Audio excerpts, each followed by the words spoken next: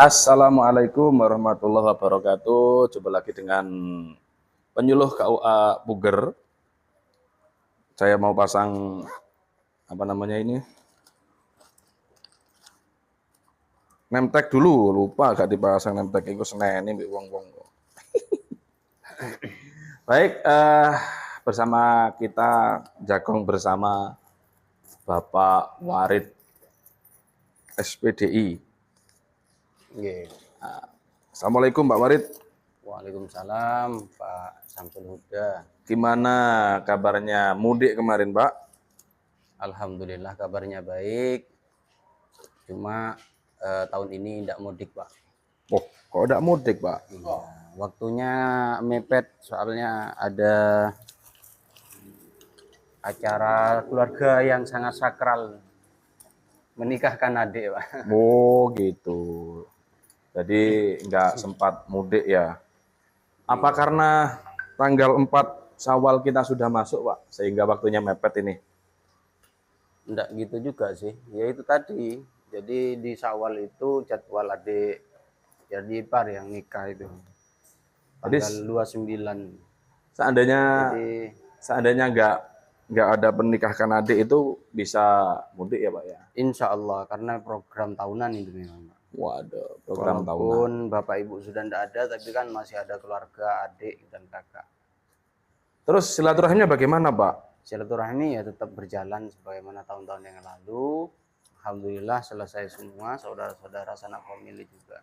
Untuk silaturahim yang di kampung halaman Pak? Oh, yang di kampung halaman via online saja, Pak. Insya Allah ya biasanya lihat video call. Secara hukum itu apakah mendapatkan kesunahan silaturahim itu Pak kira-kira? Kalau kesunahan sih memang nggak ada contoh dari Rasulullah, tapi insya Allah silaturahim nilai silaturahimnya insya Allah dapat. Insya Allah Pak ya. Insya Allah dapat. Karena kan inilah perkembangan teknologi ya Pak ya.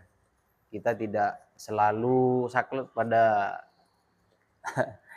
itu Pak, bagaimana pada saat kehidupan Rasulullah.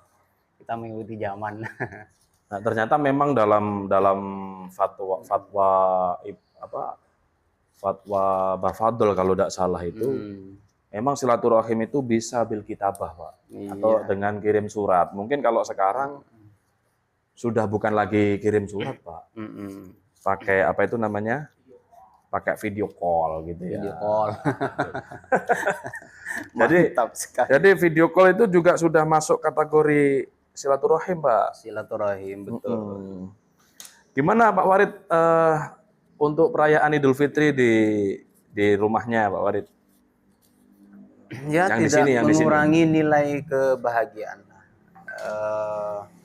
Takbir keliling ada, takbir keliling ada. Takbir keliling ada, tapi bukan di lembaga kami. Dan kayaknya lebih meriah dari tahun yang lalu. Ada yang keluarga keluarga sih? Satu kampung itu ya kompak. Mulai dari anak-anaknya sampai orang tua semuanya, satu kampung gitu. Keluar semua Pak ya? Keluar semua.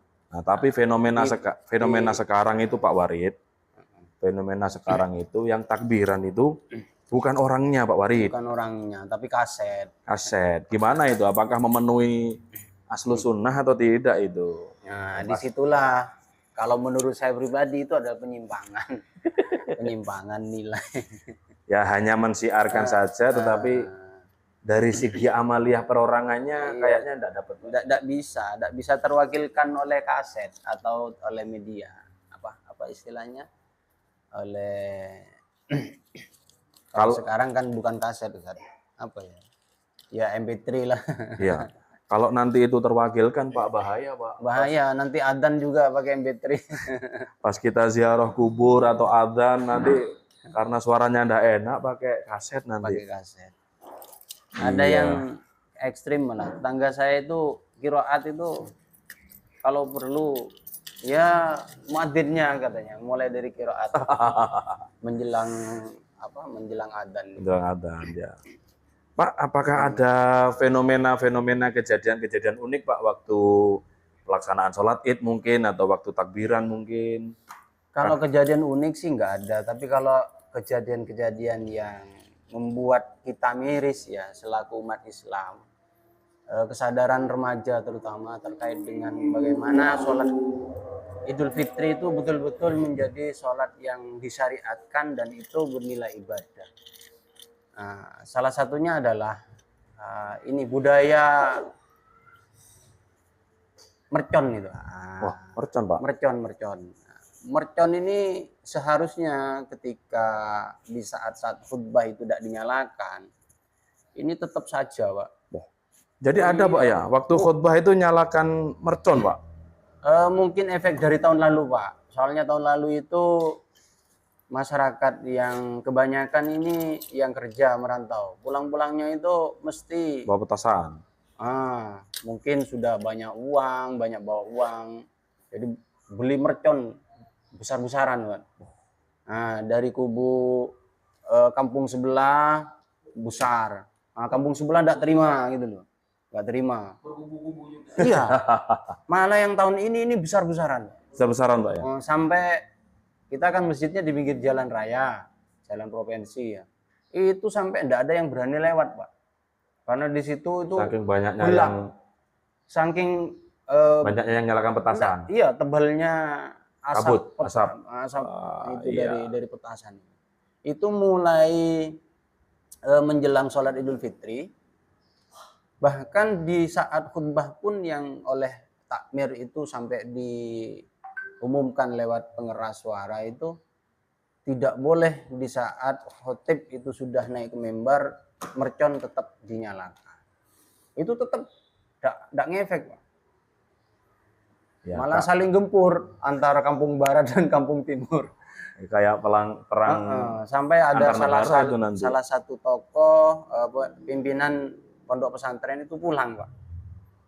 Gara-gara terganggu itu. Gara-gara terganggu. Ini belum selesai khutbahnya padahal. Ya niatnya kan kita sholat Id itu kan setahun sekali kan ya. Harusnya kan kita laksanakan secara sakral gitu kan. Jadi hindari hal-hal yang menciderai kesakralan sholat Id. Nah, terkhusus bagi kawan-kawan yang mungkin pulangnya setahun sekali nunggu hari raya itu kan. Niatnya ingin bertemu keluarga, bertemu tetangga, sanak famili, merasakan euforianya atau menikmati sholat Id, tapi ternyata malah membuat kegaduhan. Nah, ya sebenarnya kalau masalah nyumet atau menyalakan petasan sih boleh-boleh aja kan Pak ya. Iya. Ya, asalkan satu tidak mengganggu kan begitu kan.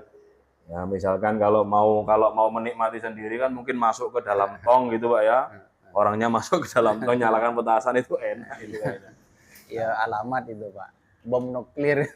Ya sebenarnya kalau masyarakatnya senang ya oke-oke aja. Di desa saya pun juga biasanya Pak Ramadan itu ada yang membuat petasan. Ya meskipun pemerintah sudah berkali-kali melarang karena banyak kejadian yang memakan korban Pak.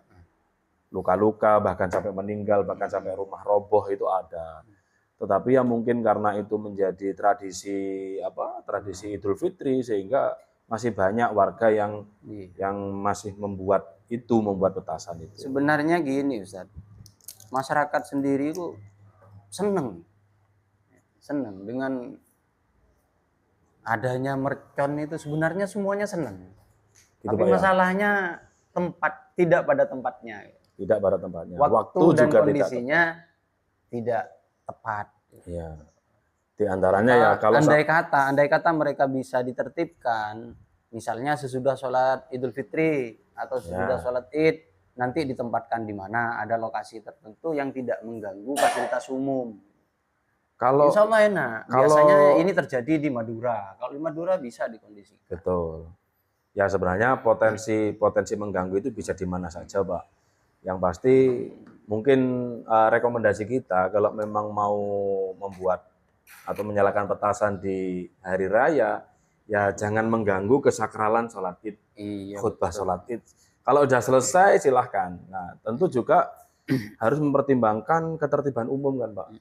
Mohon maaf misalkan di jalan raya ini kan banyak pemudik atau mungkin orang yang lalu lalang di jalan raya ini kan terganggu akhirnya. Ya bisalah nanti di pematang sawah atau di mana, di bulaan atau gimana itu kan bisa. Seperti itu. Terus begini Ustaz, pertanyaannya ketika ada hal-hal yang seperti itu, ini kan termasuk sholat id sendiri kan sunnah gitu ya, Betul. sunnah. Nah, akan tetapi dari sholat itu sendiri kan ada rukun-rukunnya, Betul. seperti khutbah. Khutbah. Nah, ketika salah satunya sudah terganggu atau sampai ada yang pulang tidak mengikuti khutbah, bagaimana? Oh ya. Jadi nilai pahalanya atau nilai keabsahan dari sholat id itu sendiri. Kemarin itu sempat ada penjelasan dari salah satu ustadzah itu, katanya kalau khutbahnya itu tidak sah maka sholat idnya tidak sah. Itu tidak demikian, Pak. Kalau Jumat iya, karena fardu ya. Dua kali khutbah itu menggantikan posisi 2 rakaatnya sholat zuhur. Nah, sehingga kalau khutbahnya ini tidak sah, maka otomatis sholat Jumatnya pun juga tidak sah. Tapi kalau sholat id, ini sebenarnya tidak masalah, Pak. Seandainya misalkan sholat id, kemudian di pertengahan di pertengahan khutbah ada yang pulang atau apa, sebenarnya tidak sampai membatalkan sholat id. Cuma kan akhirnya sholat idnya tidak sempurna. Nah, sholat idnya tidak sempurna. Tetapi perlu diketahui, mengganggu orang beribadah itu ya berdosa. Ya nggak boleh ya, meskipun ibadah sunnah kan gitu kan. Nah, kita misalkan enak-enak sholat sunnah qobliyah, misalkan tiba-tiba dari belakang diginikan, nah ini kan bahaya ini. Nah, kadang-kadang ada Pak kejadian-kejadian unik juga ketika sholat id. Bapak pernah tahu nggak? Kadang-kadang imam itu kan karena beda loh Pak euforianya ketika sholat id dengan sholat Jumat itu kan. Atau mungkin sholat fardu ketika kita menjadi imam itu, padahal sholat id itu sunnah, tapi dredegnya itu lebih. Mungkin karena jumlah jamaah yang lebih banyak. Kalau sholat Jumat kan, ya mungkin masjid itu nggak penuh Pak. Ya. Tapi kalau sholat id Pak, bisa sampai ke jalan itu. Iya betul. Akhirnya merasa suasana sholat id itu lebih sakral, atau lebih memberi tekanan kepada sang imam, sehingga pernah terjadi nggak Pak di daerah jenengan itu ada yang lupa tasyahud awal, kemudian lupa gimana Pak? Takbir 5 kali. Kan takbir itu kalau sholat id kan pertama 7 kali setelah takbiratul ihram. Ya, 7 kali setelah takbiratul ihram. Berarti kalau ditambah dengan takbiratul ihram itu kan, saya enggak takbir rakaat pertama cuma takbir 1 kali. Terus baca Fatihah, Pak. Kalau yang di Al Hidayah barusan ini, itu yang imamnya itu di rakaat kedua. Iya di rakaat kedua saat di rakaat kedua langsung baca Fatihah. Lupa, habis takbir intikal, bangun dari sujud, langsung Allahu Akbar. Tapi terus makmumnya gimana, Pak? Tidak nyampe di pertengahan Fatihah. Beliaunya ingat. Tapi tidak ada yang mengingatkan. Intinya diingat sendiri, langsung Allahu Akbar. Langsung takbir lagi. Subhanallah, Allahu Akbar, langsung gitu. Nah, itu gimana itu, Pak, kira-kira? Itu biasanya kalau dalam sholat fardu kita kan ada namanya sujud sahwi lah, kalau misalnya kira-kira waspada terhadap keabsahan atau kesahan atau gimana ya. Kalau di ini gimana Ustaz? Nah, di sini kalau itu meninggalkan atau memutus rukun yang sifatnya rukun Nah, iya, itu kan rukun qauliyah itu. Nah, rukun qauli. Kalau rukun fi'li tidak boleh, Pak. Jadi misal begini. Kita lupa tidak kunut. Kita lupa nggak kunut. Kunut itu kan sunnah abu'ad kan ya. Dan kita sudah beranjak ke ke sujud. Habis iktidal, rakaat kedua setelah subuh beranjak ke sujud. Nah, kemudian biasanya makmum kan mengucapkan subhanallah gitu. Subhanallah. Apakah kita itu boleh kembali berdiri kemudian membaca kunut ataukah bagaimana? Betul. Nah, kalau itu rukun fi'li kan, sujud kan rukun fi'li kan ya. Rukun fi'li ditinggalkan untuk kembali ke kunut mengerjakan sunnah, maka sholatnya batal. Sholatnya batal malah. Sholatnya batal. Kalau itu Karena yang ditinggalkan adalah rukun fi'li. fi'linya. Tapi itu ada batasannya, Pak. Jadi kalau misal dia itu Hanya mengangguk. masih belum ke batas ruku, masih apa ya, masih mungkin 45 derajat lah. Dan reng metu gak ngagek ya. Ngagek. Kok makmum sudah subhanallah atau dia teringat dia kembali berdiri, maka itu tidak apa-apa, Pak. Tapi kalau sudah melampaui batasnya ruku sudah lebih dari 90 derajat, Pak ya. Jadi sudah agak condong ke bawah, maka sudah nggak boleh lagi kembali ke apa namanya? Ke kunut. Kenapa? Karena itu sudah dianggap sudah menuju ke sujud. Sehingga kalau ditinggalkan dia dianggap memutus rukun fi'li. Nah, lantas bagaimana kalau itu adalah rukun qauli? Sebenarnya bukan masalah takbir saja, Pak. Misal kita ketika takbiratul ihram kan disunahkan apa? Disunahkan doa iftitah, disunahkan baca ta'awud. Jadi Allahu Akbar kabira walhamdulillahi katsira. Tapi ternyata kita Allahu Akbar langsung Bismillahirrahmanirrahim. Berarti kita setelah takbir langsung beranjak ke rukun qauli berupa bacaan. Padahal bismillah Fatihah. Sudah masuk itu. Ya sudah masuk rukun qauli yaitu suratul Fatihah. Tapi kemudian kita ingat, oh belum baca doa iftitah. Kan gitu, Pak. Nah, ini para ulama menyampaikan ketika itu adalah rukun qauli, ya, kesunahan itu sudah hilang, Pak. Artinya kita sudah nggak perlu lagi kembali mengerjakan doa iftitah ataupun ta'awud. Kalau kita sudah masuk ke Bismillahirrahmanirrahimnya suratul Fatihah. Berarti sama dengan ini ya, kasusnya yang kemarin di masjid di rumah itu. Nah, cuma pertanyaannya gimana kalau dia itu kembali, apakah batal sholatnya atau tidak? Kalau rukun fi'li tadi kan memutus rukun fi'li kan membatalkan sholat. Nah, kalau rukun qauli gimana? Ternyata para ulama menjelaskan itu hukumnya makruh. Tidak sampai membatalkan sholat. Hanya itu sih.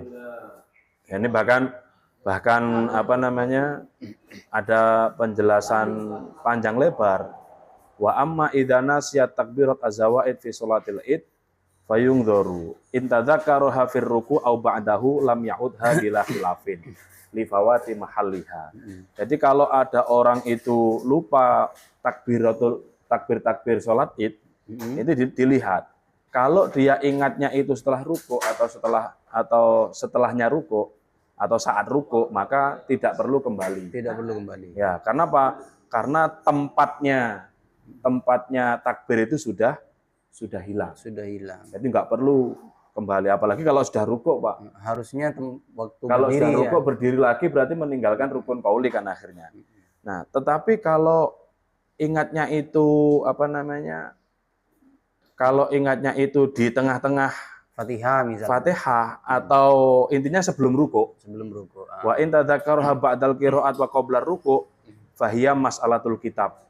Maka ini ada dua qaul, bukan dua qaul sih. Imam Syafi'i itu punya qaul jadid dengan qaul qadim. Nah, kalau qaul jadid annahu la yukabbiru li fawati mahallihi. Fa inna mahallahu akibat takbiratul ihram. Lek menurut qaul jadid, Imam Syafi'i menyampaikan sudah tidak perlu lagi melaksanakan takbir 5 kali atau 7 kali itu.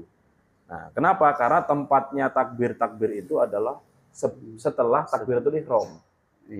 Kalau yang kedua berarti setelah takbir intiqal. Tapi lek menurut qaul qadim annahu yukabbiru li baqail qiyam. Kalau menurut qaul qadim tetap disunahkan untuk takbir karena apa namanya itu masih berdiri. Karena tempatnya takbir itu adalah ketika berdiri. Tapi wal ashah indal ashab, kalau menurut para ulama Syafi'iyah, huwa al jadid, mengikuti yang kuat itu adalah yang qaul jadid. Nah, walau tadzakkara fi asna'il Fatihah lam ya'udha fil jadid. Kalau kita ingatnya itu di tengah-tengah Fatihah, maka tidak perlu mengulangi takbir itu sesuai dengan qaul jadid di atas karena sudah habis tempatnya. Itu qaul jadid Imam Syafi'i. Tapi kalau mengikuti qaul qadim boleh mengulangi takbir ya maksudnya. Boleh takbir, memutus Fatihahnya. Nanti setelah takbir mengulangi Fatihah dari awal. Karena takbir tadi itu dianggap memutus bacaan Fatihah. Seperti itu. Begitu juga kalau ketika dia ingatnya setelah selesai Fatihah sebelum rukuk, Pak. Jadi setelah selesai meskipun Fatihah sudah selesai, walau dolin amin, kalau menurut qaul jadid, qaul qadim boleh dia takbir lagi, tapi nanti Fatihah lagi. Iya, Fatihah lagi. Itu kalau menurut qaul qadim begitu.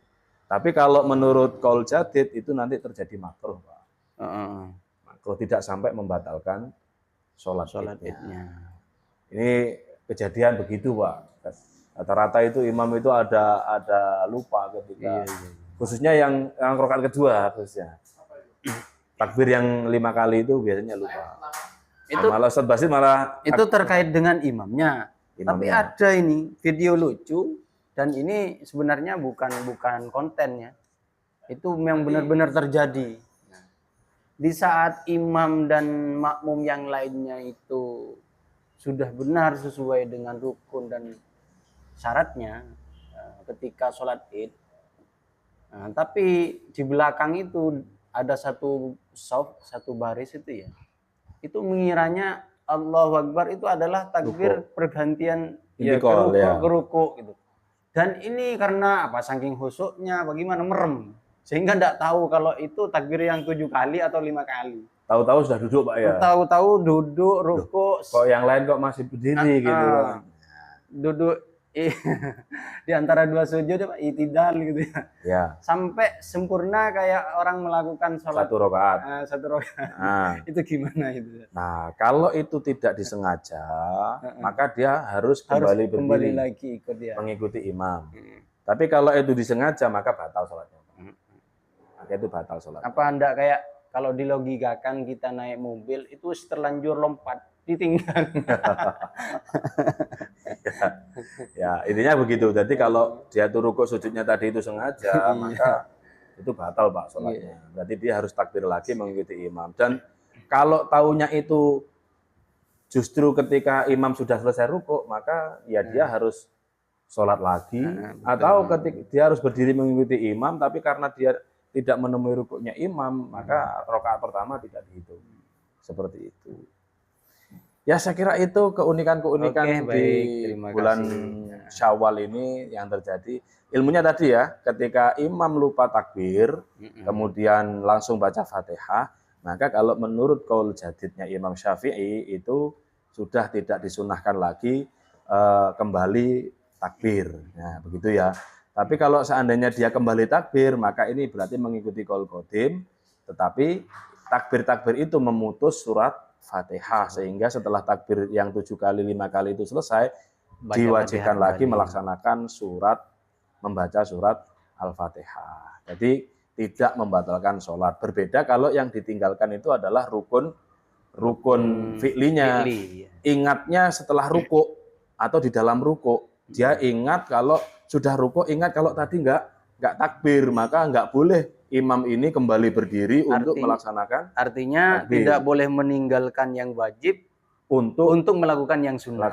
Tapi yang wajib ini adalah wajib rukun qauli, rukun fi'li kok rukun qauli. Nah, berbeda kalau dia kan meninggalkan sunnah, melaksanakan rukun, kemudian rukun qauli, Fatihah rukun qauli, kemudian ingat kembali ke takbir lagi, berarti kan meninggalkan rukun qauli untuk melaksanakan sunnah takbir. Ini nggak apa-apa, makruh, tidak membatalkan sholat. Tapi kalau ingatnya sudah ruku, maka ini kan ruku ini rukun fi'li, Pak. Kembali berdiri untuk melaksanakan takbir yang itu hukumnya sunnah, ini membatalkan sholatnya. Seperti itu. Baik Pak Warid, terima kasih bincang-bincang pada pagi hari ini. Semoga bermanfaat untuk kita sebagai pengingat-ingat ya, dan juga semoga bermanfaat untuk para sahabat apa bahasanya, Pak? Sahabat suluh. Rupa saya istilahnya kalau itu ya. Nah, jadi semoga bermanfaat untuk para pemirsa sekalian. Dari kami, mumpung masih bulan Syawal, mewakili seluruh ASN KUA Kecamatan Puger, Minal Minal aidin wal faizin, mohon maaf lahir dan batin. Wallahul muwaffiq ila aqwamit thoriq. Wassalamualaikum warahmatullahi wabarakatuh. Waalaikumsalam warahmatullahi wabarakatuh.